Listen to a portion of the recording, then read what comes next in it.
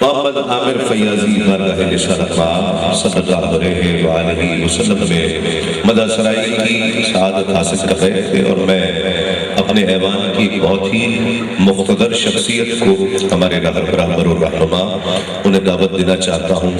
حضرت قبلہ جگر گوش غزالی زمان حضرت قبلہ سید حامد سید شاہ صاحب کاظمی دامت برکاتہم العالیہ کو ان اشعار کے سائے میں کہ جن کی محفل سجائے بیٹھے ہیں وہ بھی محفل میں آئے بیٹھے ہیں۔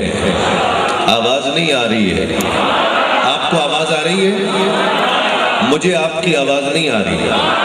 جن کی محفل سجائے بیٹھے ہیں وہ بھی محفل میں آئے بیٹھے ہیں، اور جن سے ہم لو لگائے بیٹھے ہیں ان سے جو لو لگائے بیٹھے ہیں وقت اپنے جگائے بیٹھے ہیں۔ اور اس شعر پر میں مائک چھوڑ دوں گا، اور جس کا یقین ہو، جس کے دل کی آواز ہو یہ شعر، وہ سبحان اللہ کہے گا کہ ہم نہ اٹھیں گے کوئے جانا سے، ہم نہ اٹھیں گے کوئے جانا سے، ارے ہم کسی کے بٹھائے بیٹھے ہیں۔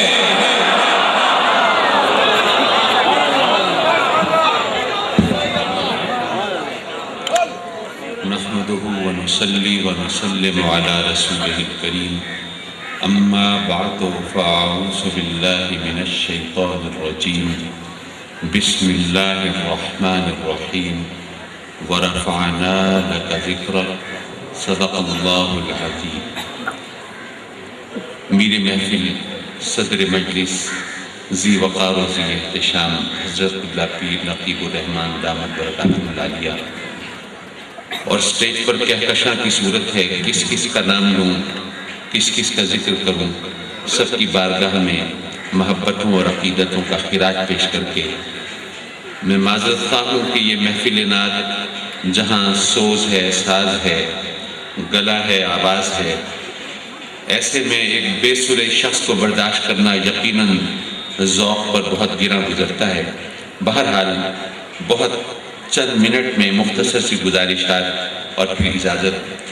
اللہ کے فضل و کرم سے ہم سب بارگاہ رسالت میں اپنی عقیدتوں محبتوں کے اظہار کے لیے حاضر ہیں، اور عام طور پر درود شریف پڑھ کر ہم اپنی غلامی کا اقرار و اظہار کرتے ہیں، اور کچھ لوگ یوں بھی کہتے ہیں، پوچھ رہے تھے کہ جناب آپ جب درود پڑھتے ہیں، اور درود کا ترجمہ یہ ہے جب ہم پڑھتے ہیں اللہم صلی علی سیدنا و مولانا محمد، تو اس کا مطلب ہے کہ اللہ ہمارے نبی کریم صلی اللہ علیہ وسلم پر رحمت بھیج۔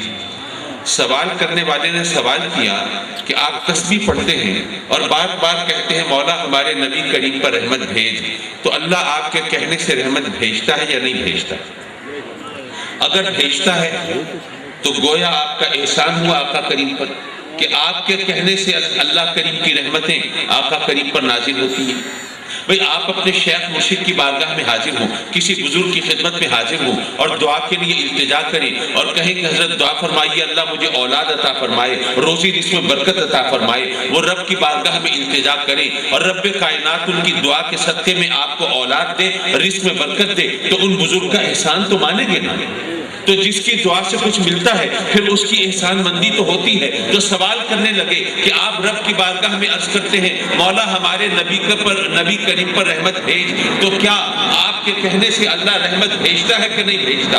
اگر بھیجتا ہے تو آپ کا احسان ہوا نبی کریم پر، اور اگر آپ سمجھتے ہیں کہ ہم کون ہیں احسان کرنے والے، ہماری اوقات کیا ہے کہ ہمارے کہنے سے رحمت نازل ہو ہم سب کو، تو ان کے صدقے میں رحمتیں ملتی ہیں، تو اس کا مطلب یہ ہوا کہ پھر ہمارے کہنے سے رحمت نہیں ملتی۔